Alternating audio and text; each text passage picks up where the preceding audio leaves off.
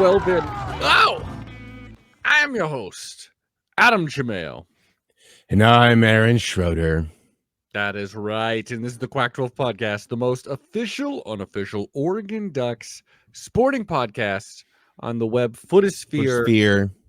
There you go. Good job. And Aaron, I gotta watch something so sweet, so just absolutely heartwarming, so touching.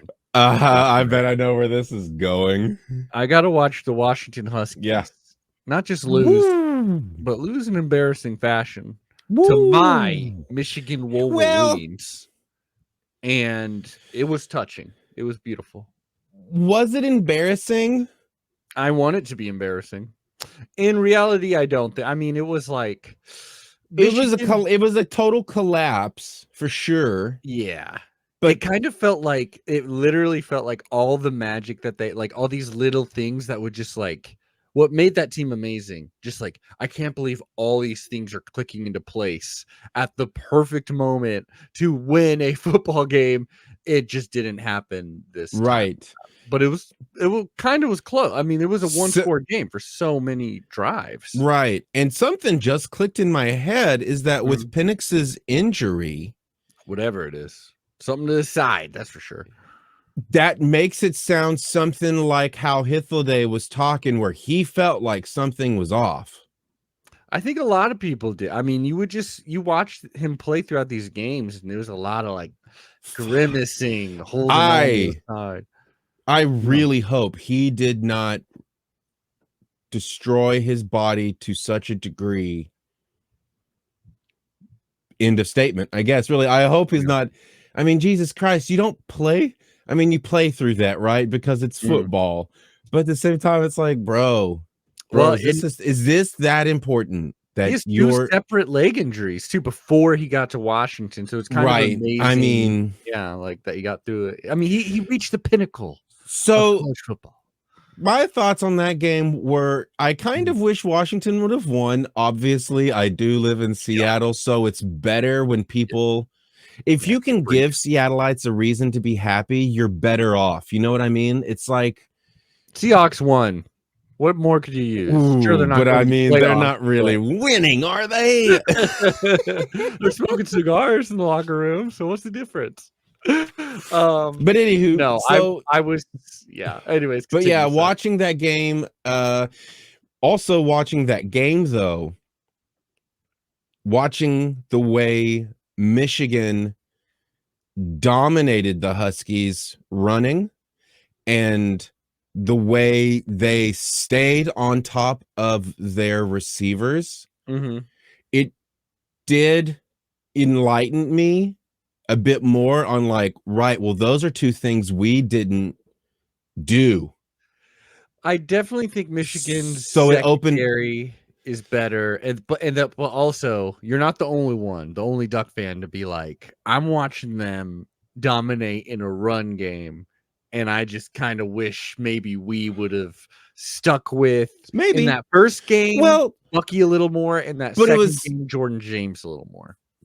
But it also made me feel better because I was like, well, had we beat the Huskies and gotten to this game, they might have done the exact same thing to us. And so I preferred to be the Huskies to take that bullet. So thank you, my dogs. I will for say, taking our bullet. I forget, is Schadenfreude, I know it's like taking joy in the torment or the, like displeasure of others. I always forget if it's just that simple or if it is something like, and they're close to you or something, because the Huskies, they're not our friends. But I got so much joy, so much, I savored this loss so hard to an unhealthy level. I had so many friends. You were not just intense before the game. Well, because it's like the other option is Washington wins, and what may be our best season, like best team on paper, gets robbed this perfect opportunity to get our first natty, and instead our most hated rival gets one. It's a hard pill to swallow. So instead, but I get to just watch them finally lose. Finally, these breaks not fall for them, you know. The Huskies would have brought the championship to the Pac-12. True, but Pac-12's dead. And yeah, exactly. Which is why it would have been A, hilarious, B, a perfect movie ending, because we fucking got one, baby, and then they destroyed us. You know what I mean? So there's no but I'm super stoked for Michigan to have it. Honestly, I could go either way on that game. I thought it was fun until it wasn't, and then it became like, okay, well, this is pretty much over. You don't do that. You don't keep going 3 and out. No joke. And we'll talk about these a little more. And losing yards, and we'll get into it. A little pepper here. I don't know why I said that. Aaron, I've talked about this game a little bit, but you have not yet. I just wanted to, do you have any thoughts? I'm a man of few words. I'm a man of few words. But Oregon Liberty, do you have any thoughts on that? Yeah, I got a couple thoughts. Okay. Is it about Jerry's Jokers? No. Those are the Liberty fans that were dressed as the Joker on the sideline. No. And they call themselves Jerry's Jokers, as in Jerry Falwell's Jokers. Okay. Do I have thoughts on that game? Yes. Am I going to discuss them on the air in a sports podcast? No. That's wise, dude. You got here's what I do have to say about this game, because I have opinions, but I don't want to get in them. Okay. Because I'm in too good a mood. So here's what I'm going to say. 61 starts. 152 touchdown somethings. 1,286 completions. 15,352 passing yards. Holy cow. Thank you, Bo Nix. Thank you, Bo Nix. Absolutely. It is Adam, we were 28 for 35, 363 yards for 5 touchdowns, I believe, to 5 different players. That's right. That's right. He broke the record. Marcus Mariota's, I believe, passing touchdowns in a single season, and something else I totally forgot. I think yards, right? I know he also broke, this is the big one, obviously, completion percentage in a season. And I love how that was the drama of the game at the end. Like, he missed one pass, now he's got to make 3 passes. And they would just do little shovel passes, basically, just to get the numbers up. It was just a complete freaking beatdown. Couldn't have happened to a nicer group of people. Certainly. I mean, sorry that they took so many L's on January 6th this last time, but January 1st is not a day that they'll remember fondly either. Aaron, before Hyth gets in here, we got a little while. We gotta talk Quaxaball. But really quick. Yes. I did. Oh God, I really wanted to make this video. I didn't make the video. So I just want to tell you the video that I wanted to make, which is that if you want to talk about the most anticlimactic endings of all time, what you do is you send out your senior quarterback who's leaving to go to the NFL, we presume, out for one more play so that he can get his fucking big O. Yeah. And then you get a flag. Yeah, that was funny. I just love how undramatic that second half was.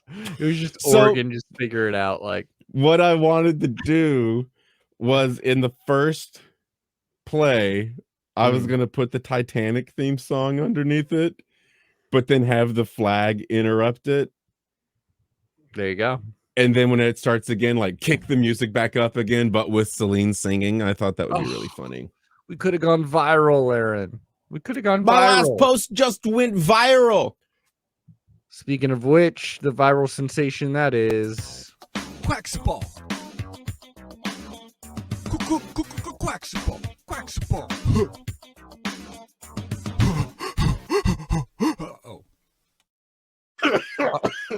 Oh boy, I thought you were rapping. All right, Aaron. Good news or bad news? Sorry, Aaron, bad news first. Rip. Bad news first. Okay, women's basketball, Aaron. Yeah, that's what I thought it would be. I'm seeing some valiant efforts. I'm seeing some individual good play. Okay. I'm also seeing the worst Oregon women's basketball in the Kelly Graves era. Yeah, but we got to get past that part of it. So we just got to look at the goods. How's our defense, baby?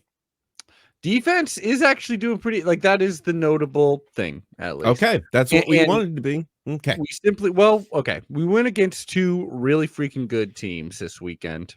The LA schools, number 2, UCLA, and number 9, USC. Okay. So obviously, yeah, those are big challenges. And then it got way worse when we found out basically one of the only people scoring on our team, Chance Gray, she was out due to concussion protocol. I know. Jeez. Yeah. And that just tanked us, basically. You know, the lady who's playing, you know, kind of in a role where she'd be excelling at a different spot. She's playing at point guard, but now she's out. So now really it's like, okay. And against UCLA, we just got really exposed. 49-7. Not necessarily exposed is because we all knew this was going to happen. We lost 75-49. We scored 4 points in the first quarter. Did better after that, but that just kind of, it wasn't going to be competitive after that. Not only that, but this is a classic case. Both of these games were actually, unfortunately, classic case of former Duck coming back to kick our ass. Angela Degolic, if you remember her. Yeah. Very good. She was going to get starting time, but then decided that she would rather play for UCLA. On a winning team. Yeah. Ended up being a good decision for her as of right now. So Angela Degolic got 17 points, 9 rebounds. She's actually had a career full of injury, so it was kind of nice to see her kick butt. You know, unfortunately, it had to happen against us, but yeah, we shot an amazing 39% from the floor and hit 4 of 14 from 3. And it took us a while. I mean, we didn't hit a 3-pointer in the first quarter, and we hit 1 in the second quarter. So I kind of felt like that was going to be it. Filipina Che, 14 points. No one else on our squad got double digits in that game. That's okay. Yeah. Tough team. And then Chance Gray's out. You're just done. So then we go against USC. I got to give credit where credit's due. They did do a much better showing in this one. It was competitive. It was tied 30-23 at half. Tied? I mean, it's not tied. It was 30-23. We were trailing. Gotcha. Good call. Good catch. I am sleeping. No, but that's a great mindset. When they've got 30 points, that's equivalent to us having 23. Yeah. The defense was like holding up for a while here. It's just, Aaron, when you're playing this kind of ball, when you're trying to be like, okay, keep them under 50, you still gotta score more than them. And you're trying, like Kelly Graves keeps saying this, like, we're trying to slow down the game. You know, this ain't that old Oregon style where we're just racing up and down the court. And even if you allow them to blow past you, you'll be like, we're just going to score again. It's not, we're actively trying not to do that. We're trying to counteract that style with slow ball, right? Okay. But it's eventually, you do got to make some buckets. And we just don't really have, I think what it comes down to is we don't have a consistent threat under the hoop, in the paint. Filipina Che is great, but she is still a work in progress and is not a real offensive threat consistently against teams with size. Though she had an awesome first quarter. She was like the only one doing anything in the first quarter. But then she really cooled down. And Chance Gray, fortunately, was able to return to this game. So that's good news. But she didn't have her best game. She went 5 of 16 from the floor. Overall, again, we only shot only hit 4 3-pointers. So we lost this one. They pulled away 68 to 54. Here's the big question then. Let's hear it. We like to dig in on the coaching staff every so often. A little bit. And that maybe we're a little rude about it. Pull up this meme that I made. It's the Wolverine meme. It's Kelly Graves as Wolverine. He's looking at photos, reading an SQ. And continue, Aaron. Continue. Yeah, I love it. Maybe we go in a little hard sometimes. And but you said something. We are intentionally slowing down the game. Mm-hmm. Why? Is it because maybe we're just not good enough to be fast? Kelly Graves has basically said this at the beginning of the season, where he was just like, I'm paraphrasing, but sure, we don't have the talent that we used to, where we were able to run fast, just score like crazy. Right. We just don't have the talent. And a huge reason to that is because we had 5 stars. All of them transferred away. Many of them are having great. That's the question, ain't it? For better opportunities, honestly. Yeah, I'll tell you this. I saw Tahina Pow. She's on the #1 team in the country and kicking ass. Sedona Prince, TCU, she's kicking ass. I mean, like, it's just happening everywhere. They bailed. Dude. Well, I would say they what's the better word for like just chose better pasture. Ship? Yeah. They saw a workout facility that they could, use. Hey, that's not us. We have I'm sure they have great workout facilities. That was the NCAA. That wasn't us. But so that's where I'll tell you this, man.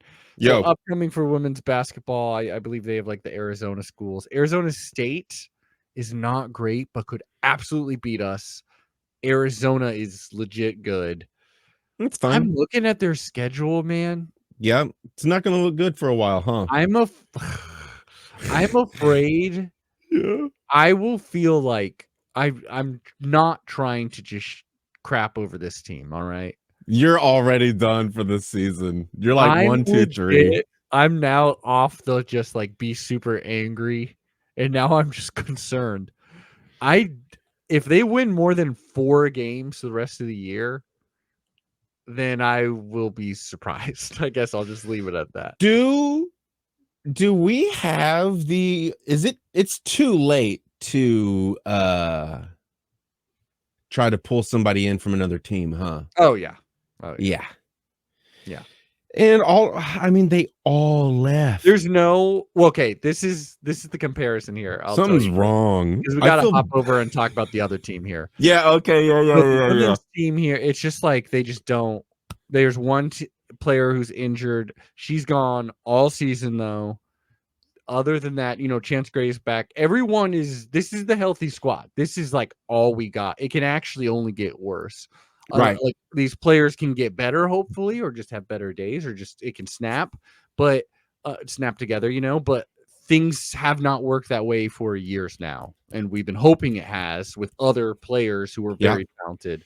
Yeah. But it just hasn't. On the other hand, the complete opposite spectrum, Aaron. Yeah. Aaron. Well, wait, my final thoughts. Okay, yeah.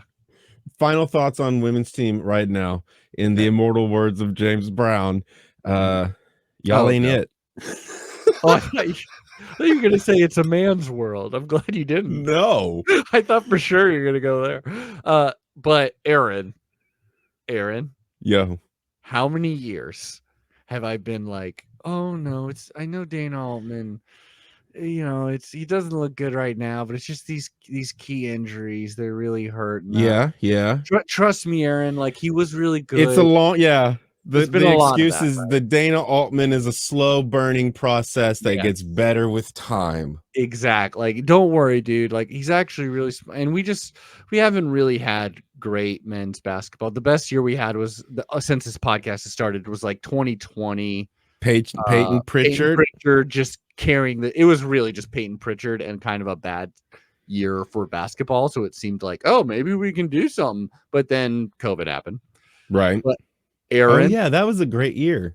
that was also the year the women's team was gonna That's right. win it all. That was the last UNESCO year. That's Wow. what Billy Graves looking like this. I pulled Wow. up What timing. Aaron, Unbelievable. Yo. Aaron, I'm telling you, hit the hype button for I'm putting all the stock that I have held being like, well, not this year for the men's team. And I'm going all in, buddy. Whoa, I daddy, think this team is not because there's been hints these last weeks. I've been like, oh, I'm surprised that they won this one. That's oh wow, they look competitive. They've lost 3 times, but but even in their losses, it's like, hey, pretty good teams, and they were pretty competitive. They just had some injuries, and wow, that was surprising. Aaron, this team fucking rules. Let me tell you where we're at right now, okay? Hold on. Let me make sure I'm okay with where you're at. Okay. I just want to do a vibe check real quick. Mm-hmm. Is this a extended amount of emotion being put on the men's team because of disappointments with the women's team? No, dude. This is because I've been watching this team. Okay, let's go. Then let's go. Hit me with the hype train, baby. This is where we're at. So we started this season. We're like, we have the perfect blend of veteran talent and freshmen, like very high 5-star freshmen incoming can make immediate difference, right? Mm-hmm. What happens right at the beginning of the season? The 2 most talented freshman guards, right? Boom, they're injured. Oh God, are they back? They were out for a while. Oh my God, are they and back? Then our 2 most important veterans, the 2 7-footers, within the first month, I mean, for Dante, after the first week, both of them, boom, injured, out for quite a while. So now we got Jackson Shellstad back, and Shellstad is that dude who went, who looks up to Pritchard, went to West Lynn, like once has said he wants to be Peyton Pritchard. Said he followed him around like a puppy dog, like loves Peyton Pritchard, idolizes him. He healed up before Mookie did, right? And he has been really leading the team, looking really like, hey, this for a freshman, this guy's really putting it together. Like, we may actually have a point guard here. Now, Pac-12 play has started. We beat both LA teams to start. That was pretty fun, but UCLA definitely on a downslide. USC, even though they got Bronny James, they're not weird. They're not doing great. They're pretty good. UCLA is like historically basketball. Oh, sure. And last season they were great too. They're having a down year because a lot of their best talent left off a great team, and they're just rebuilding. So those wins were like and it was dramatic fashion. So Jackson Shellstad hit a 3 late to like win that UCLA game, so it felt really good. And it's like, okay, so now this week we had just lost to Washington. Washington beat Texas, and then we played Washington, the Huskies, a game I should have sent you to. Sorry about that. So because we played it in Seattle. Washington's not a great team, but it felt like a game we definitely we were hoping for, right? We go up there, it's a nail biter, but due to good shooting, we win it 76-74. And because of the football team hype, and because their fan base was ready just to crap all over Oregon, which I would have done the same thing. Sure. It was a house, like the house was packed. So it was Wow. pretty awesome to see that. And like Jermaine Couisnard, who is one of our, knock on wood, healthy veteran guards who has been, playing well. He hits a clutch 3-pointer. Overall, we shot 6 of 18 from 3. Not bad. But we shot like near 50% from the floor. Legit good. And one of our weaknesses early on was free throws. Aaron, 10 of 13. That ain't bad. And actually, one of the reasons why Washington lost this is because Wheeler, who's one of their veteran players, who's typically very good at shooting free throws, he missed like 6 of them. I mean, a bunch of people missed a bunch of them, but no, actually, sorry, it was Keon Brooks missed like 7 of them. But in general, it was a close game. Washington it was set up where Washington had a 3 in the last second, like a shot, and it didn't go in, and we win the game. So it was hard fought, but it was like, hey, okay, and that was the first game with our other super, super talented freshman, Mookie Cook. He's a smaller guard, but he's fun to play. He's truly one of the best prospects in the country. He played young LeBron James in that show. So he got up there. Yeah. And I love that Dana Altman he's like, yeah, we have him on limited play. So, only a certain amount of minutes. And he played him in the second half. And he looked pretty good out there. Like he contributed some good minutes. So then we play against Wazoo. This is in Pullman.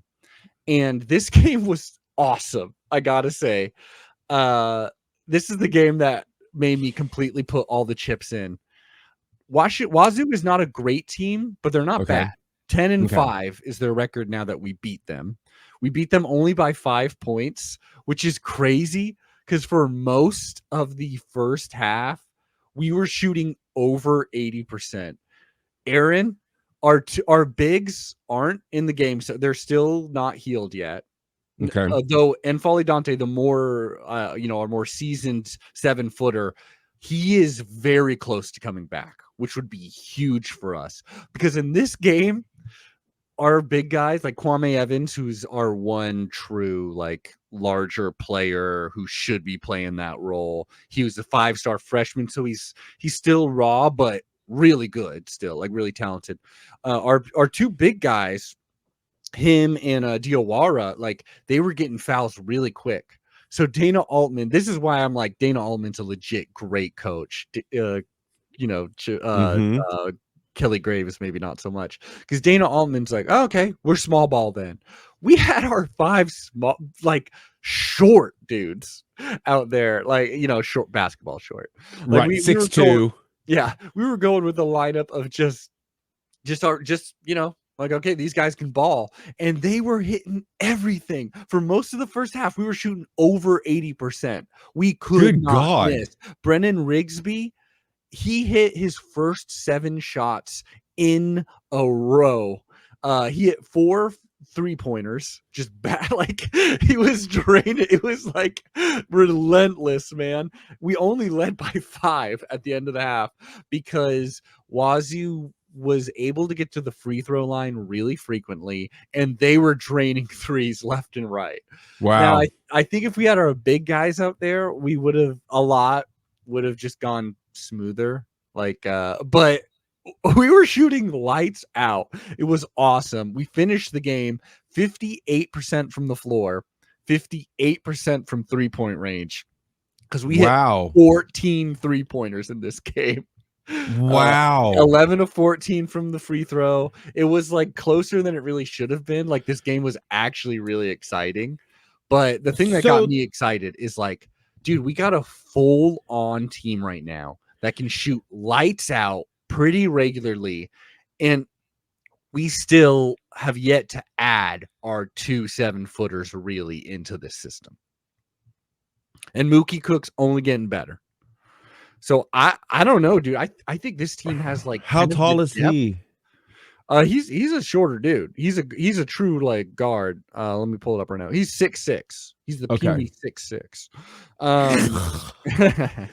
That's insane. 6'6" is small. That's ridiculous. This was the thing too, is like in that Wazoo game, because for a while I was like, well, even though we're shooting like crazy, we may lose this game. But every single time Oregon had to answer, some bet, like, you know, Jadrian Tracy, who's not someone we were really expecting on leaning on as much as he would just drain a three. Like everyone was hitting threes. Everyone was hitting clutch shots. I love this team, dude. Like even if we lose in the near future, I'm still gonna be hyped on the potential for March in this team. In a Pac-12 that is a little bit down right now. Up next for us, January 13th is Cal. Yeah. That is at home. And I think the Eugene crowds are going to start to wake up to like, oh wait, this basketball team may be one of those teams. Cal is next. Then we have arguably the trip we have had the toughest with. Oh boy. Never win both of these games. Boulder, we go to Boulder, we play Colorado, and then we go to Salt Lake City, we play Utah. We usually drop at least one of those games. Usually it's that Boulder game. But dude, if we win our next 3 games, then I'm just hitting. I think we're the best team in the Pac-12, and I'm gonna just, I don't know. I'm probably hyping us way too much, but there's potential here, buddy. There's potential. Hey, right now, that's what we need. We need as much potential energy as possible so that we have a stronger launch. We've had enough kinetic energy for so long. Time for us to do that mic drop. And that being said, Aaron, let's go to commercial break. Oh, okay. Bye. Well, Aaron, hate to say it, but the time machine is broken. I mean, this whole thing was running off the power of your cell phone. And obviously, when we hit 1894, there's no longer cell service or Wi-Fi connection, so... Not gonna lie, I did not think this through. God almighty, Adam, what are we supposed to do now? I mean, we're in Eugene, Oregon in 1894. We could check out the very first Duck game. Maybe it's a good thing. No, it's not good. Look, we've already been here for about 5 days, and the very first thing I learned living in Eugene, Oregon, is that shows have been banned that are quote-unquote unchaste and demoralizing.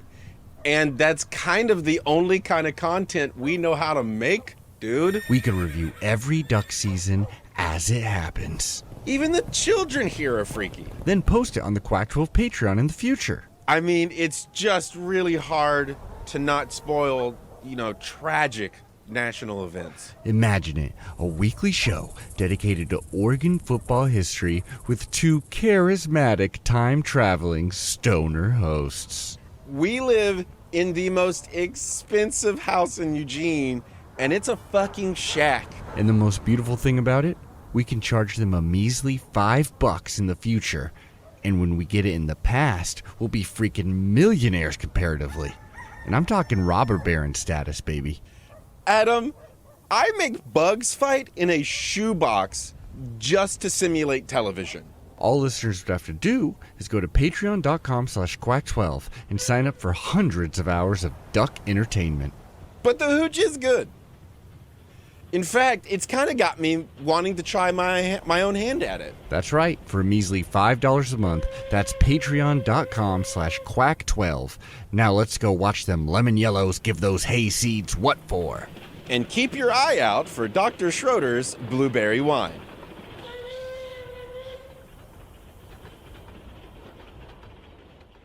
God. Quack, quack, quack. Welcome back. Quack, quack.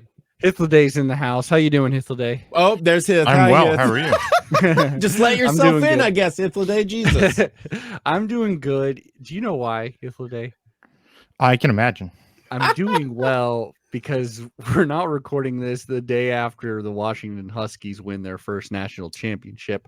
No. We're doing it after they've lost their national championship. And we were talking about this a little before hitting record, Hyth, but it felt like it was a game where like all the just little magic that ended up in these last second wins for Washington finally ran out. Like all these miracle plays finally stopped happening, and Michigan was a team able enough to take advantage of it. That's kind of what it felt like to me. It was a blast. I loved watching every minute of it. What are your thoughts on it? What coming off of it? Did you just feel like, yep, that's what I've been talking? It finally played out the way I've been talking about it, or what? I mean, not finally. Like, I mean, that was. I mean, the character of that game was very similar to the character of almost every game that Washington has played for the last 2 years. It's just sort of like more so, like, Michigan was a good enough team so that character was exacerbated enough such that Washington lost. Like it's not like the character of this game was different from the character of other games. And also to an extent, what you were saying about like sort of Washington's luck ran out in terms of being able to connect with those sort of magic passes, especially in that Texas game. It was funny. Last night I was talking to a friend of mine who, through like total coincidence, did her undergraduate work at one of the schools and her graduate work at the other school that Washington played in the 2 playoff games. And so she was like, boy, it's funny. I really hate Washington now. Like now I know how you feel. I was like, yeah, no, they're easy to hate, aren't they? Yeah. Yeah, she was just like, have they been doing that all year? The like magic pass? And I was like, yes, but like that was really insane. Like oh my God stuff. And then in this game, the national championship game, it just sort of like they stopped happening. And like, I don't know, easy come, easy go is part of it. The other thing is sort of, they started getting called for holding flags. Yeah. Which is the other thing. I don't know. The other sort of like, I don't do a whole lot of like taking victory laps, but like Washington's offensive line won the Joe Moore Award this year, which like the last 4 years, the Joe Moore committee has like screwed up. Like, I don't know what film they're watching. I don't really think they are watching film. They gave it to LSU in 2019 when they didn't deserve it. That was just boy, Joe Burrow throws some amazing passes. Let's give it to them. They gave it to Georgia in a year where they didn't really have a great run game. They seem to just go, who's the best team? Yeah, you probably. It's sort of, it's like what everybody says about the Heisman, but more so, anyway, the like what I had been writing all year, and observing about Scott Huff, their offensive line coach, is like, this guy does not really develop well. They don't, they short set off the tackles, instead of a deep drop, and they're really vulnerable up the middle, and you just need to rush for, don't blitz, and dump the guard into Penix's lap, and that's, boy, did they. and it's like that's the recipe to beat him, and like that, it was very clear. And I was reading some forum thread that was like, boy, Michigan showed the blueprint on how to beat this team, and I was like, the blueprint on how to beat this team was written in like September of 2022. Like like Michigan didn't reveal anything. Like this was all of this was very apparent on film. You just sort of you do need to have some talent in the back end in order to cover their receivers, for the first read, because no matter how good your pass rush is, you're not getting, it's just like a fact of physics. You're not getting there in time for the first read. It's just like no one's that fast. And so you got to be able to cover a lot. And the sort of the nature of DeBoer's system is that first read is going to be a big pass. Like that's the magic. That's the beauty of DeBoer's system. It's why it's such a like an awesome system. Is that it's a the pre-snap reads and the quarterback's ability to ascertain that, like, which is why Penix is an amazing quarterback. He's really good at that, and he's a really courageous quarterback at making the sort of back foot, throws while pressure is about to annihilate him.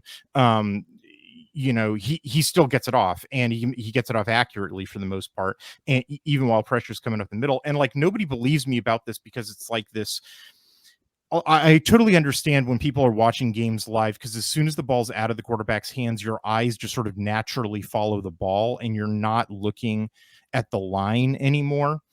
And so, like, you're watching the ball fly into the receiver's hands, and you're like, wow, amazing completed pass. I guess the offensive line did their job. Well, my job is to not watch the ball and keep my eye on the offensive line. The offensive line's getting annihilated. And like, all for 2 years, this offensive line, well, really since 2016, when Scott Huff took over, the offensive line would be getting annihilated. And like, no one would believe me. The Joe Moore committee wouldn't believe me. Washington fans online wouldn't believe me. Oregon fans wouldn't believe me.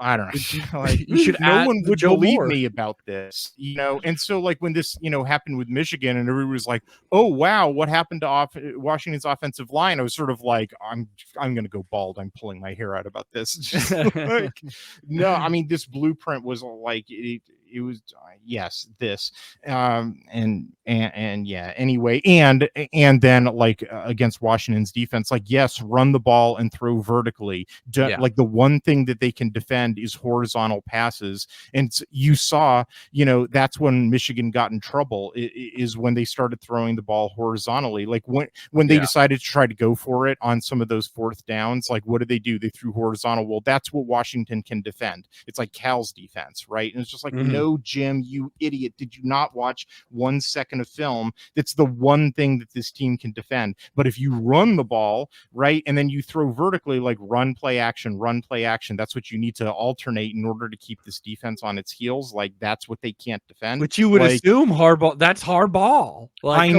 know. Like, that's what. And then he goes and plays Steinball on fourth down, which is like, I sure hope Will Stein was watching this. Like, and to sort of pivot to, like, to put this game away and to pivot back to Oregon. Like, boy, oh boy, I sure hope Will Stein was watching this, because like, this, what Michigan did in the first 2 drives, and then when they got back to doing towards the end of the game, like, that's how you beat Washington's defense. Like, it's not the horizontal stretch plays that works against certain defenses. So, good for you for trotting that out against, like, say, Arizona State and a couple other like teams that had decent defenses that are structured, so that's what you need to do to beat them. But with this defense, like in Cal, which you also sort of like had a hard time with, and it was like the refs did you a favor by knocking you back, with all those penalties in the Cal game, so that you had to throw it deep, and then surprise, they can't cover the deep ball. Will, this is something that Oregon fans need to sort of face up to. They had an amazing offense, and Will Stein often didn't use it properly, and like, that's the thing to correct going forward, is that like, dude, you had an amazing run game. Why weren't you running more often at defenses that can't defend the run? Or you had a quarterback who can throw it deep. Why are you always relying on horizontal stretch plays to set it up when you don't have to? Like, like, Oregon got out coached in a couple of games, or they had slow starts in several games, because they chose the wrong offensive game plan. And like, and what Michigan showed to start out this game was that, like, you can choose the right offensive game plan and start out correctly. Like, boy. Yeah, I agree. I think a lot of people watching it, that just felt like, yes, that's what I'm seeing right now. And wow, the play of JJ McCarthy, I was like, are they really going to let Washington win this game? Fortunately, no. I mean, I'm sure that Bo Nix was watching this at home and just screaming into a pillow, like, this guy's going to win a national championship. No joke, man. And what's really sweet about it too is you can, like, as a Duck fan, it's a really good thing to be just praising how good Odunze is, how good Penix is, like a lot of the other receivers too, because they gone. And it's awesome how much talent, how much really good talent that will not immediately be replaced next year is leaving, and that makes me feel so wonderful. And then we look at the recruiting classes and we look how many Ducks are running it back for this next season. Basically everyone.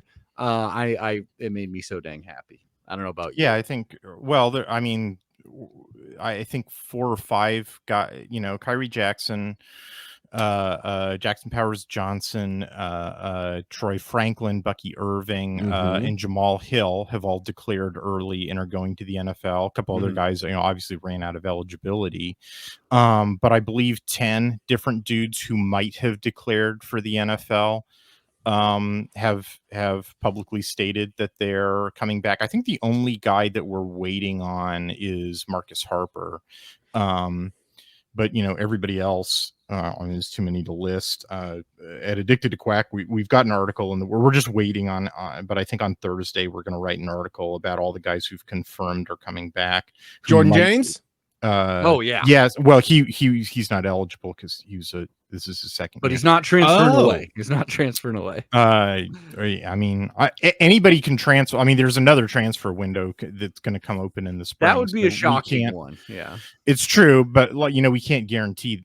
We can't guarantee that people won't transfer, but we can say that people have said, I am not going to the NFL. My plan is to come back for another year of college. So we can report on that. But yeah, and you're right, when to compare to Washington, they're the people most responsible for this run are done for Washington. I eagerly await I want you to do a Will Rogers article, because I'm hoping anything I'm probably not going to write an entire article about Will Rogers, but I will write a Washington preview, which will, have 10 pages on him. I'm hoping. I do think it's funny how much, like, during the Mike Leach, at Washington State era, Washington fans were so dismissive of the air raid, and then they have slowly morphed into a air raid team to the point where they're now employing a Mike Leach air raid quarterback, and are like, oh no, this is fine. Like, and they beat Kukrowski with an air raid. That's interesting. I got a question for you from our wonderful Twitter follower at Pacific Northwest Sports Nerd. Says, which matchup is Hyth looking forward to the most in 2024? I assume he means for the Oregon Ducks. Or which team is he looking forward to studying the most? Also, what is his favorite snack? Pepper that in. That'll probably take more thought. My favorite snack is almonds. That's why it's the second part of my Twitter handle. Oh, really? You love them that much? I do. I love almonds. Almonds are great. They're complete food. They're complete protein, fiber. They don't require refrigeration or they're shelf stable. Almonds is the kind of food that makes me think like it's good to be alive nowadays, because like my diet, the amount of food that I can just go eat somewhere, like the amount of like tastes and flavors I can have would rival like an ancient king. You know what I mean? Like, I'm eating better than an ancient king. And they were one of those. They were probably one of the first domesticated foods that they well, I could go on for a long time. I want you to miss your plane is what I'm trying to say. I do have a heart out. I've got to get to the airport. To literally answer the question, the answer is UCLA. They're the fourth team that Oregon plays, so I need to get some off-season study in on them. Oregon didn't play them this year, and so I've actually I haven't done that much work on them. I need to, because of Dante Moore. So I need to watch that film. There's sort of just a gap in my area in my film study, and I'm looking forward to watching the Dante Moore film. Whereas, and I'm I'm also interested in watching Dante Lynn's film, the defensive coordinator at UCLA, because he's now going to be the offensive or defensive coordinator at USC, although Oregon's not going to play USC this year or in 2024, which I guess is this year, because I'm interested in disentangling the question of whether or not he's a good defensive coordinator from whether or not UCLA just had a good pass rush. I mean, I have some suspicions on that question, but I really want to get a good, better handle on that.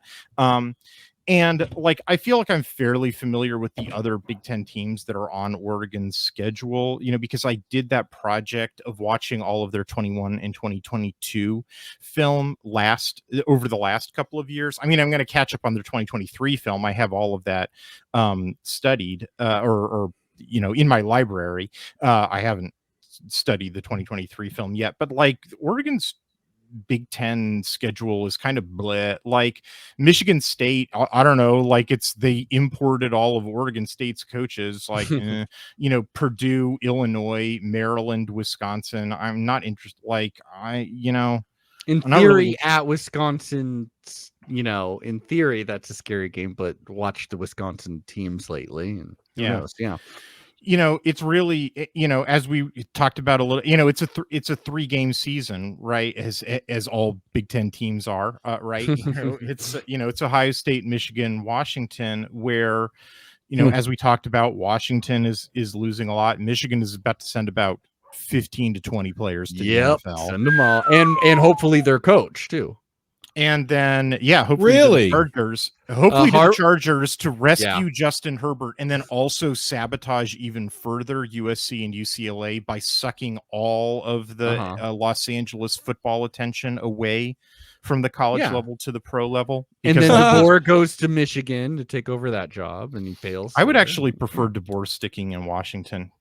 To be honest, I get because what the guy you doesn't mean. recruit. Like they'll buy that guy a lifetime contract, and then he'll be their Helfrich. That's what I'm hoping. That's like you're brilliant not first. offensive mind who doesn't recruit, and they're stuck with him. Like that's a perfect honey trap for Washington to buy into.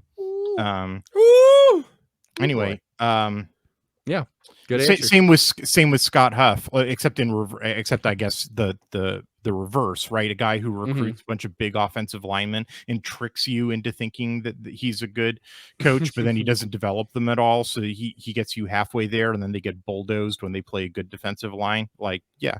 Good. I hope this is. It seems like it's going that way. Aaron, quickly, favorite snack before we transition to Liberty. Oh gosh, I like apples. Cosmic Crisp. Apples, freaking. It's solid, man. Cosmic Crisp. I've been enjoying a hybrid that was derived in the Czech Republic of a Cosmic Crisp, which is called the Opal. How are they allowed to do that already? I don't know. It's really good. It's a yellow apple that you can find this time of year in the grocery store. It has like these pear notes. Yeah, I saw it on the shelf the other day. I like the Cosmic Crisp, and I'm not changing. All right. My favorite snack. And I'll do a little bit of peanut butter on the side, maybe a little drizzle of the honey. All right. My favorite snack is a full sandwich. Very kindergarten snack, but the classics can't be beat. Hey man, I live clean. Fuck your trans fats. Hey, there you go. Hyth Day. Obviously, the Liberty game, it's in the rear view mirror, but I'd still like to talk about it a bit more because we only had my quick right after the game. Who's to say how much you should really be thinking about this game? Obviously, there's a lot of not football stuff that Aaron and I have not shut up about. That is neither here nor there. R.I.P. Jerry's Jokers out there, but that's insane. They were doing that all year when I was doing my film study project on Liberty. That wasn't just for that game. They were from the opening. I mean, I'm not surprised, dude. It's probably been happening since opening weekend. Oh, for a while. Yeah. No, for years. I looked it up because I was like, so who are these jokers on the sideline here? I looked it up, and that's where I found out they are called Jerry's Jokers, and they love being called Jerry's Jokers. I mean, like, I don't want to talk about this, but dressing up like the fucking Joker and naming yourself after Jerry Falwell is the most MAGA shit I could possibly imagine. Anyways, let's talk about this football game. Jerry 'Cause we- Falwell Jr. Jerry Falwell Jr. I get. I is mean, the origin of that, and it. oh, has to they're do with dressed as something else. Jerry Falwell Jr.'s Jokers. Well, that's specifically the origin of the story. All right, you don't want to know. We don't. Okay, wanna, good. Let's that's a great continue answer. on. That's great. Let's talk about what really matters: how we kicked their fucking asses in football. That was. Awesome. I will say I didn't love it at the time because I was like tearing my hair out about it. Like Tosh study some film and then Will study some film. But I did sort of appreciate the first quarter where their Liberty's very first drive, in which everything that they needed to happen to score on Oregon happened. They had one outside run, which was it was exactly like exactly their triple option play, the way they needed to execute it, and then the way that Oregon needed to fail to defend it properly happened, so that they got a big run. And then Oregon had their only like dead ball personal foul of the game, so they got another 15 yards on that one. And then they crossed the 50, which was like this thing that I noticed in film study, if you recall, when we were talking to John Manson about like there's this magical property that I could not understand, and then when I found it, when the statistical regression engine discovered it, and then like I asked Manson about it, and he was like, "Wow, that's a new one on me." Like I still don't have an answer, but like their quarterback can't complete a deep pass until he crosses the 50-yard line, and then magically it activates. Like anyway, that's Jesus. Jesus. There you go. So anyway, their only completed deep pass of the game was, because they got that one run, and then the personal foul got them across the 50. They were then able to complete the deep pass, and then Oregon kept them from crossing the 50 basically for the rest of the game. And so they didn't have access to their passing game for the rest of the game. And so like this is what I sort of appreciated, was it was like, oh good, like at the end of the game, what I realized was, thanks for providing me the proof of concept so that I could say to everybody, look, I wasn't crazy. This really was a scary offense that you needed to watch out for exactly once, like exactly, they provided one and only one example of the things that I was cautioning about. And then the rest of the game, they shut them all down. So, you're like, it's not for nothing. I mentioned it just enough to prove that I wasn't insane. Like, but then they shut him down. It's to just enough to so that I didn't like go insane for Oregon losing to Liberty, which would have caused me to, I don't know, like jump into the lake or dear Lord, that would have been bad.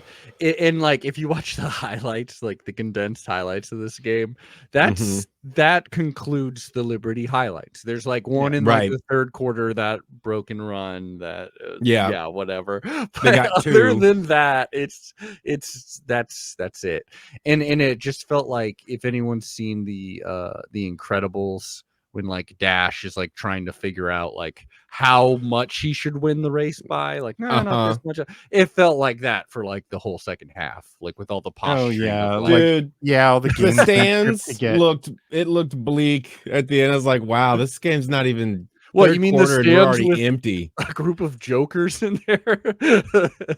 Well, I didn't. I mean, like this. I do not like. I sort of understand if you're the home team and your team is getting trounced, like leaving and going home because your nice warm bed is at home, like or.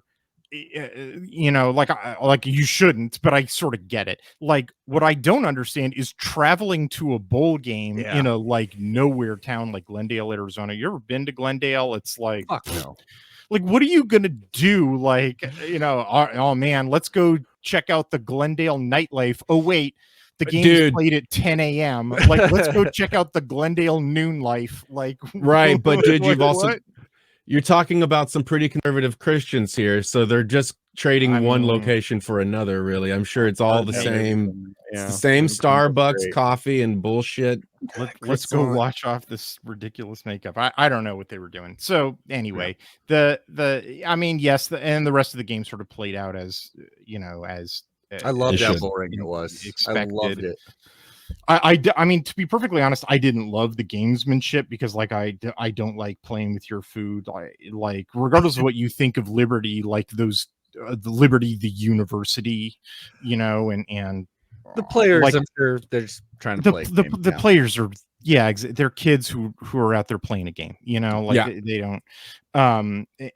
And I also sort of like don't like tempting fate or tempting the football gods with that sort of stuff. And also the other thing is that, like, the box score for that game looks like very different from my charting, because like I had to, like, a bunch of plays I had to like switch over between run and pass, because like even the commentators were like, that's not a pass, like no, that that is sort of very true. stuff. I love RG3. I love whenever he's called. I loved having him on it. I did too. He's truly my favorite out there. He cracks me up. I like the zaniness, and then meanwhile, Bill Walton's actually wearing on me a little bit more and more. Anyway, Sure, that's different. Yeah, that's a different thing. But I mean, this was Oregon's best offensive performance of the year, like including the Portland State game. This might as well have been. I mean, this might as well have been Portland State's defense.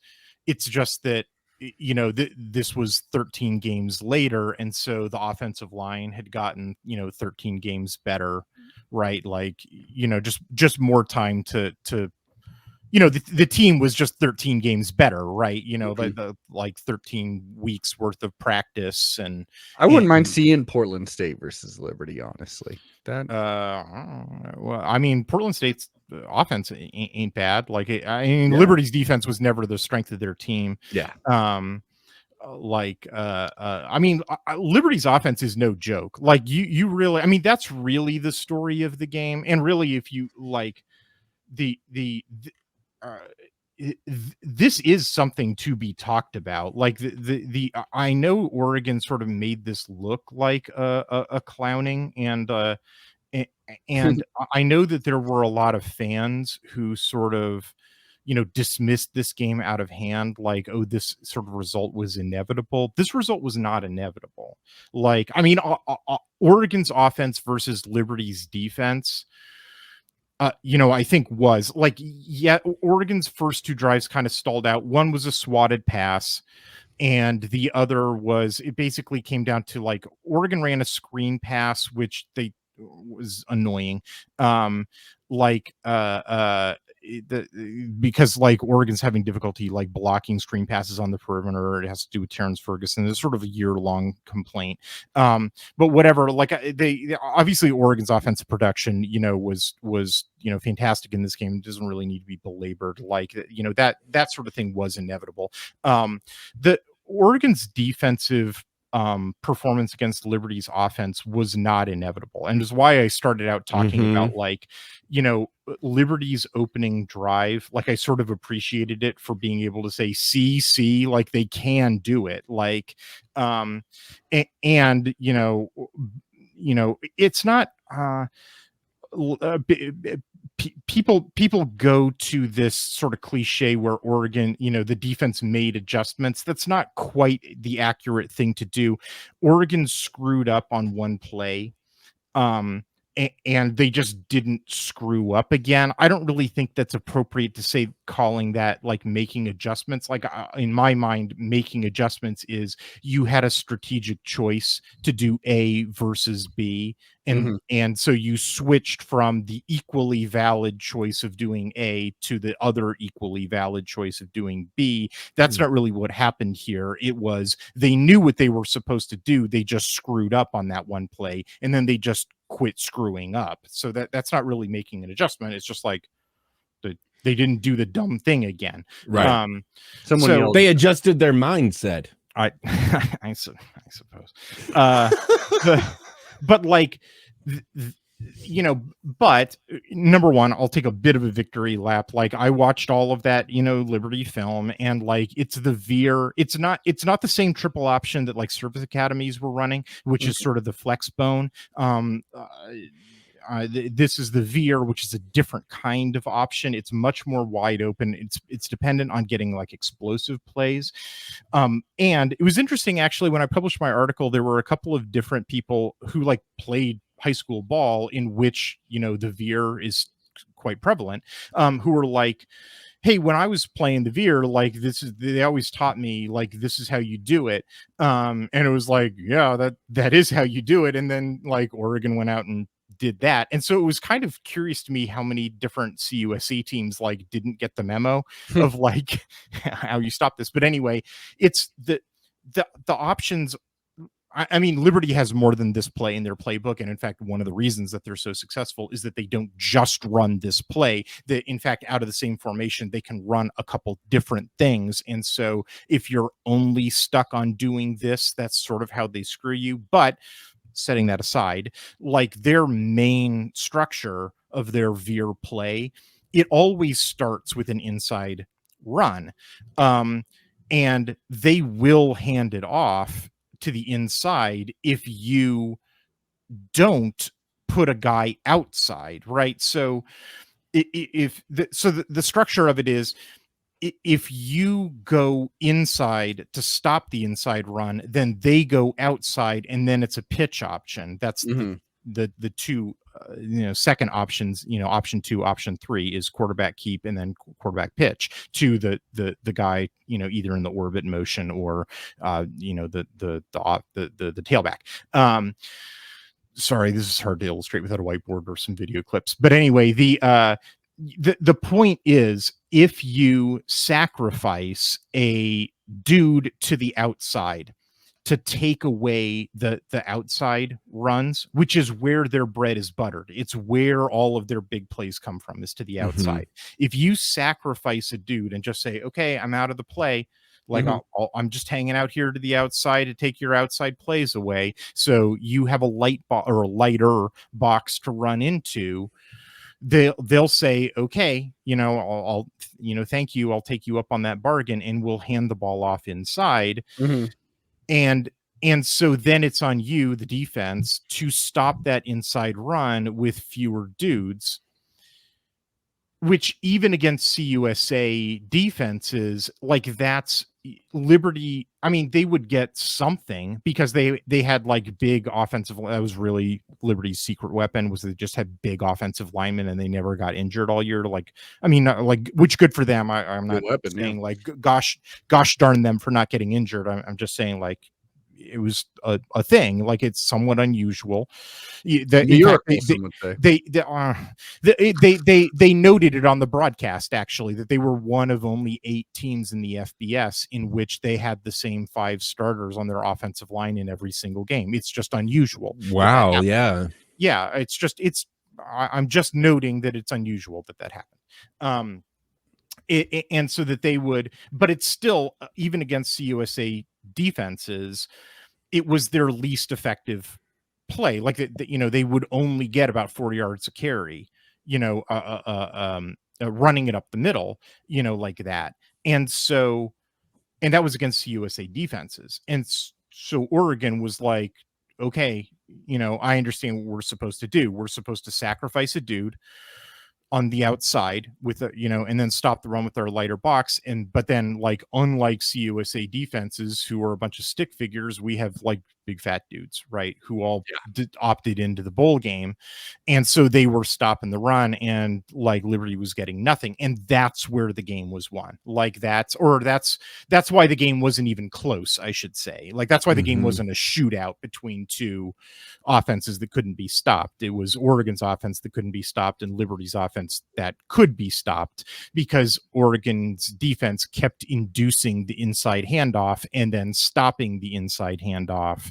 And so it was like, A, good job Tosh Lupoy for having figured that out, and B, good job Oregon recruiting and culture and player retention in general for having, you know, good run stoppers that were capable of doing that, which look, man, I know there were a lot of like Oregon fans who were like sort of saying, oh, that's no big deal. No, it is a big deal, because those 5 offensive linemen, first of all, they played in every game. They had all that effect that I was talking about Oregon having 13 games to gel, and that, you know, they were 13 games better than the beginning of the year. All that applies to Liberty too, right? You know, they were 13 games bigger. And number 2, that offensive line, they're big. All those dudes were like 330 pounders, right? Like that was their secret weapon, is what I was trying to say. Like they're real big guys, you know, and their running back, Quentin Cooley's really good running back, like really good. Like no joke. I think that guy could be in the NFL. Like he's a really good running back. Like that was their, you know, like, you know, and Salter, their quarterback's a hell of a scrambler. That was the other thing. Like, and they did a real, and so then I guess the other part of the equation, that just to finish up, I know I've been talking for a while. Like, so then you stop the inside run, Now it's 3rd and medium or 3rd and long, and you got to shut down their passing game. Oregon was doing that, but that's what the Mint defense is like built to do, right? Mm-hmm. Like the Mint defense is built to do that. So you got to also stop the scramble. He's a really good scrambler, and that's where I was holding my breath, right? Because like, think about all the quarterbacks against Oregon, who like Oregon's put them in 3rd and long, and then that slippery ass quarterback will scramble out of it, you know, the Cam Wards, etc. Well, that's really, you know, if you want to, like, boy, I've been talking for a while, and I've finally gotten to the big takeaway for the game, the like, boy, if you really want to be excited about one thing, you know, from this game, that was like a difference in Oregon's performance that like you didn't necessarily expect to see, but then they did, and that was awesome and great, and a great thing to take going forward. Is that Caden Salter was one of the most elite scramblers that I like unstoppable elite. And like, yes, I know it was against CUSA defenses. That's the kind of thing that scales, man. Like, you know, remember that when we were talking about that with Manson, Adam, like that is the kind of thing that scales. And like, I was just like, oh man, he's going to convert so many of those, and Oregon's going to be like, God damn it, you know, you got him in 3rd and long, and then you gave another one of those scrambly conversions, but then they didn't. Like, they actually, that's it. That's the takeaway. Is like Oregon was actually doing a really, really, really, really, really good job. And I put multiple clips in my write-up article about it. It's like, look, they did it. They finally stopped a scrambly quarterback, like a really good scrambly quarterback. Like, and like one of them they did where it's like a double screen, and the salience of that is that, you know, there's one screen to the right side that Oregon shuts down by running like a third of their defense out to stop that screen pass. Then there's another screen to the left side, which they stop by running the other third of their defense to that side. So now, like, oh, it's open up in the middle. Well, now the quarterback's going to run, you know, and then Oregon totally collapses on it and stops the scramble, you know, for the conversion. I was just like, oh my God, they did it. Oh my God. I put the clip in my articles. I was just jumping for joy. Like, that's the sort of thing that in the past, like, Oregon was totally giving up that conversion, and now it was just like, well, time to do this all over again. But like, no. And there were multiple, like, it wasn't just a one-off. Like, they were doing that all game long. So like, yes, that was actually a takeaway that was not like, that wasn't set in stone. That was not inevitable. You know, that was evitable. Yeah. Are there, so obviously so much of the Ducks returned for this game, which is very cool to see. Very good sign of culture and stuff like that. Not that I would have blamed them for not playing, but it's very cool that, you know, Bo Nix wanted to come back and break some records and such. But I know, you know, Poncho did really great out there. Pleasant also had at least, you know, one highlight that was pretty awesome. Is there anyone else you'd like to just kind of point out of like, oh, I got a little bit more tape on this guy, or keep an eye out on this guy, or kind of just oh yeah, good bowl performance? You're talking about Yapani Ulu, who's the true freshman center. He had been rotating all year long at the guard spots, but took over as the starting center because, as you say, Jackson Powers Johnson opted out for NFL prep. You know, certainly no bad snaps, which is, you know, with the number of snaps that we got out of this game, I'm comfortable saying, like, you know, don't got to worry about him. That's a big enough data set that I'm like, okay, good. He did grade out the worst among Oregon's offensive linemen in this game, but like, of course he did. Fair enough. Yeah. Not quite enough data to say about, because the center's job is blitz protections, but Liberty didn't quite blitz enough in order for me to say. I mean, there's a couple bad blitz pickups in this game. In fact, one of the stall outs that Oregon, the stall out on the second drive, it's the second drive in which Oregon goes 3 and out. It's a successful run, and then it's a throwaway, and then it's a failed crossing route in which the pass is a little off target. The second down and the third down play, both of those Liberty blitzes, and both of them, they're not good blitz pickups. So I'm sort of like, I don't know, all these people who are like praising, Poncho, I'm sort of like, I don't know, man, like maybe there's some work to be done there. Right. Keep an eye on that. Yeah. So now he's a true freshman. Like, come on, like I'm not coming down on him like a ton of bricks. Going against an undefeated team, technically. Technically. And the other thing is that Liberty, like, they blitzed, a lot more in this game than actually their season-long averages, indicated. So we did not have a ton of film on Liberty's blitz patterns. That was actually something of a tendency breaker for Liberty in this game. So, like, you didn't have a ton of, film in order to study on their blitz patterns. So, like, I'm sort of giving him a write-off, on that. But like, and the fact that he's a true freshman starting in his first game, like, look, I'm not trying to say like, oh, I'm worried about this or anything. Just that, like, I'll push back a bit on the folks who are like, oh my God, this guy's the greatest center ever. Like, yeah, it wasn't, that there were some problems. So let's see. We didn't see a ton of Jurian Dickey. I wanted to see more out of him. Actually, that was really the thing that I objected to in all the gamesmanship stuff, is sort of like they could have pulled the starters in like the entire second half, and I could have gotten a lot of garbage time. Tez Johnson was at most single season receptions. He broke that. Yeah, I think our single game. I don't know. Single game because Troy Franklin wasn't playing, so like yeah. It's like I liked that they finally, because they were throwing the ball to Gary Bryant more, which like all season long I've been like, hey, Bo, could you please throw the ball to Gary Bryant? I think he's a really good receiver who like leaves defenders in the dust, and and he did exactly that. And I was like, see, Trayshawn Holden shined a bit. Yeah. There was the one interesting note. This is in my article.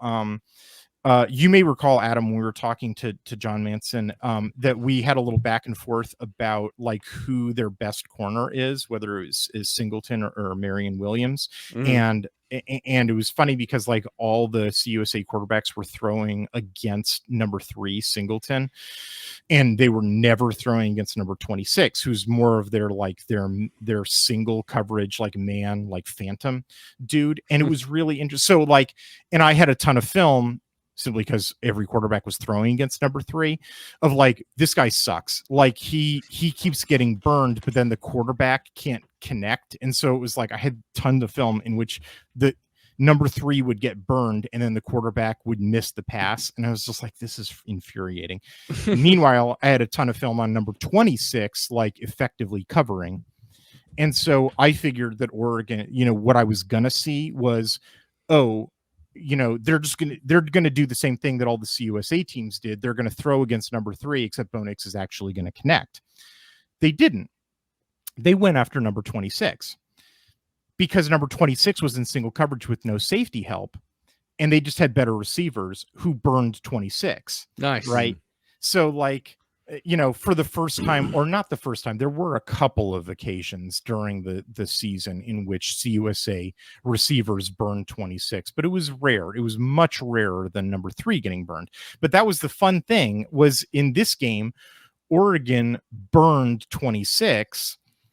And then because Liberty's structure didn't have the safety, they would play single high because they figured they only needed to help 3. They didn't need to help 26. But turns out in this game, they needed to help 26 because Oregon's receivers were burning that dude and Nix was connecting with him. And so like all the film clips are of Oregon burning 26. And I was like, wow, I didn't see that one coming. But in hindsight, I should have. Like it totally makes sense if you believe your receivers can do that. And they totally did. So that's was fun. Awesome. And so that's for all of them. That's Tez and that's Bryant and that's Trayshawn Holden. They all burned the guy who, in my opinion, was Liberty's way better cornerback. They just made him look silly. Oh yeah. So that that was interesting and surprising. The biggest, by far to me, the biggest surprise of the game. There you go. Well, I know these guys are surprised. Let's get one last shot of them. There we go. Oh God! It looks like people you would actually beat up in like Arkham Asylum. Like it's insane. Yeah. Do they have look like NPCs in a video game? They truly do, and like to go out there confidently like that, and also just to like give like the fodder of like when you beat this team, you're gonna make fun of these clowns. Like, it's so damn funny to me. Do they have like a manifesto or anything like that? I'm sure they fucking do, my man. They got any conduct rules or regulations of what allows? Yeah, it's called the Bible, baby. Yeah. So there we go. Liberty. We never have to talk about them again. One last thing we have to talk about before we say goodbye here, though, is we made some picks in the bowl game. Don't know if y'all remember that. That's right. Someone has them written down here and is about to reveal who the winner of the Bowl Bonanza is, which, by the way, I added something we've never done before. We're going to have three, like a contest every year, us three, all right? Okay. It's going to be, you do your preseason picks. Sure. Whoever wins that, and then... That'd be me. That was you, definitely. Regular season picks... That's Hyth day. That was absolutely Hyth. He wiped the floor with us. Yeah. And then we're gonna have bowl picks. These are all gonna be worth 1 point. So it can it basically equals three-way tie. Either a three-way tie. The way that you're framing this makes it sound like I got my ass kicked in bowl season. Well, so it can either be a three-way tie or it can be someone wins. God bless the three-way tie. Yeah, no joke. So okay. We didn't do great out of let's see, there's 8 teams available. 9 technically. We didn't choose the national championship. All of us chose Texas, so it didn't even matter. We were all wrong on Texas. I feel like my reasoning for why Texas was going to win in that game like wound up applying to the next game though. Yeah. Which was that like Washington's an incomplete team, and when they play a complete team, they'll lose. Like, and they almost did technically. Like, I mean, they almost lost to Texas. They shouldn't have, but yeah. We all went with Boise State. Apparently, we had a little too much, which they were gonna win until they decided to stop playing. Yeah, it was bonkers. I should point out that Aaron was super, super, super confident. The Cosmos opened up to him, and he said USC would win. You were 100%. To Hythday's credit, he said, I wouldn't be surprised if they won. They blew the doors off Louisville. With good old Miller Moss just lighting them up. On exactly the logic that I said. It's true. The ACC is just terrible, and USC is going to out athlete them. You nailed that one. You truly did. I should have I should have flipped. I should have just had the courage of my convictions. I was just like, well, math says. I re-listened to the episode, and you talked a lot more about, well, I could see Louisville just being completely fraudulent. Like, you talked a lot more about that than USC being bad. Yeah. I was the only brave soul to choose Northwestern over the Utes, which was technically the closest or the best game. I was honestly surprised by just how. I mean, I was. It was 14-7 Northwestern win, by the way, Aaron. Right, which means the thing that I said, like if as you said, you went back and listened to that podcast, as I'm sure you then recall, like I talked about how Utah's getting their defense back, and so therefore they're gonna, and so therefore I'm not worried about Northwestern putting up points, and so therefore Utah should win in this game, because like that's what was missing from Utah during their slide at the end of the year, and so therefore I think that Utah will be back to their winning ways. And so like limiting Northwestern to 14 points, like, which if you recall, one of their touchdowns was on a short field, so like like it was really just a complete offensive collapse, but like they had everybody in that game that obviously they were out a whole bunch of dudes, but like they were out the same whole bunch of dudes that they were out when they played USC and Washington and all those other games in which they were putting up like 31 points or so. So like, Andy Ludwig is a clown, obviously, like, but like, I don't think Northwestern really has that good of a defense, just like Utah like went to sleep. Like, I don't. Yeah, that was just that was a hard game to watch. It was brutal. Yeah, like that they just really, their offense just turned into total dead of. Really, actually, now that I'm recalling, because I quickly went through my Twitter DMs because I was yelling at Greg about this. It's really their offensive line just humiliated themselves because they shuffled around their offensive line and it didn't work. And like Jim Harding, man, I guess I should quit yelling about Utah because Oregon's never going to see him again. They're off to the shadow zone, but like, like there's another fraudulent offensive line coach that ought to be fired. Is Jim Harding. Ought to be retained. The only one that there was two games that all three of us got correct, and that is the Oregon versus Liberty, and Notre Dame pantsing Oregon State, which they very much did. Dear Lord. I was almost feeling sympathetic to Oregon State because they were just, they didn't have anybody in that game. I will say I would have been because I've always been a Beaver supporter, but fortunately, like us leaving the Pac-12 and then me being on Twitter way too much and seeing the vitriol from Oregon State fans has helped me appreciate them, what's about to happen to them a little bit more. But they're lashing out emotionally. I would do the same. I would be furious if somehow Oregon State decided to leave and it fucked us up. I would be absolutely. It's bad behavior, and people are always responsible for their bad behavior. Like, understanding something is not the same as excusing it, but like, I understand it. Hurt people, Hyth the day. That's right. Adam. But in the end, it came. Did you talk about Cal, Texas Tech? I'm not bringing up everyone, but Cal certainly got their ass kicked by Texas Tech. Yeah, I think that was a three. All three of us picked Texas Tech over Cal. I chose Cal. Oh. I chose Cal. Adam's an asshole like that. I should have chosen Texas Tech. I don't know what the hell I was thinking.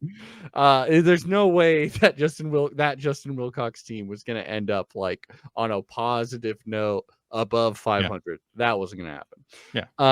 That was essentially like 100% my logic was that they used up all of their goodwill getting to a bowl game, and now it's time, because it was like, this is actually a pretty tight game, but I just think that Joey McGuire is a better coach than Justin Wilcox, and so he's going to pants him, and they did. Happened. And I got to say, our interactions with the Texas Tech fan base this year, I like them. I got to say, I like those Hicks. Like I love that. They are Big 12 fans don't like them. I think that's they're annoyed by them. They're like the Wazoo of that exactly where it's like the season isn't great, but they get enough upsets of someone, which is why you like them from afar. But if you're locked in prison with them, if they were to beat Rorschach here, like you hate them, exactly. If they were to beat us this year, I would fucking hate them. Yeah. Oh my god, it almost happened. Like if you're watching a movie, Rorschach is your favorite character. If you're in prison with Rorschach, you want to beat him up in the lunch line. Exactly. What it all came down to, though, is trailing. Hyth got 3 correct picks. Adam got 4. Wow. And of course, the winner of this year's Quack 12 Pick'em Challenge is Aaron. He got 5 of them correct. Jeez. So with the preseason 12-0 correct picks, Wait, and what with was the 5 game that critical. differentiated? The game that did well. There's a couple. Let's see. You Yeah, and I feel Hyth- like me and Hyth were pretty synced up this year. That's Yeah. weird. Wow. It's really what it came down to is you chose Oklahoma over Arizona. Oh my god. And you chose Lawville over USC. It was that that Oklahoma. I Oklahoma. remember this now. I was Yep. furious watching that because Oklahoma should have won that game. They probably should have. And then it was the 5 turnovers. I mean, Yeah. I mean it was a fun game. Like don't get me wrong, but it was like I was furious. It felt like a bad beat because Oklahoma couldn't stop turning over the ball. Like if they it was, what was it, 5 turnovers to 1 that Arizona it was won the ridiculous. turnover margin. Like, and I think I don't think that was a 1-score game because like the last turnover they wound up turning into points, and so that turned into a 2-score game. But going into like, the fourth, like I think Yeah. Arizona was trailing, right? Like it was. I mean, that was essentially a game that was like if Oklahoma turned over the ball 1 fewer time, like they probably win.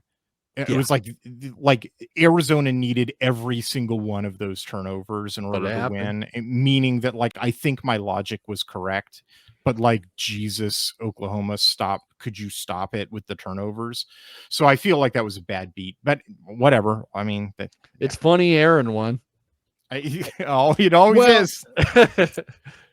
You know, I won the 2 easiest parts of the whole thing. Dude, you did something that is near actually impossible. You picked Which seems 12 crazy. out of 12 Insane. things. Absolutely insane. See, to me, it seems crazy to not be able to get that because it's such a simple thing to do. You just say, "Oh, that seems crazy that they would only win 3 games." Of course, they'll get more than 3. It's actually a really simple thing to do. Maybe you should. Oh man. Well, Aaron, you're a champion. You're a champion. Okay, but here's what I keep thinking about Adam, and so It's super easy to just run the ball. Yeah. Yeah. You just see the hole and you run through it, you nerd. Yeah. Just beat Washington. Why didn't we do that? Yeah. Just beat Washington. Yeah. Just kick the ball through the uprights. Stop Penix. That's all you got to do. Yeah. Aaron, we can end this with a victory. With a victory. Just have the referee throw the flag when there's an obvious foul. Yeah. Well, that obviously hits the day. Just requires having enough money.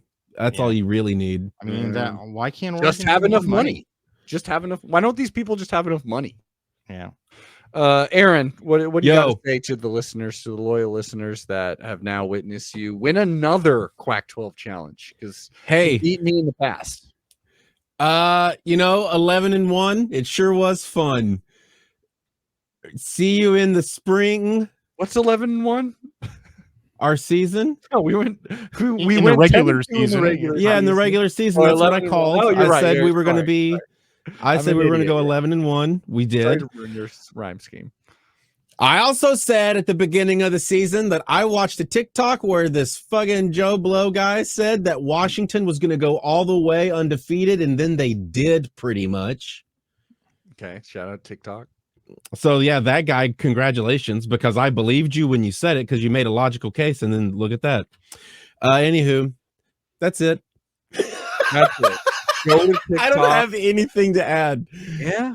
I guess it was a fun football season, but I'm looking forward to basketball. We're talking about something wrapping up, but I'm looking at something unfold. March Madness. Let's get into it.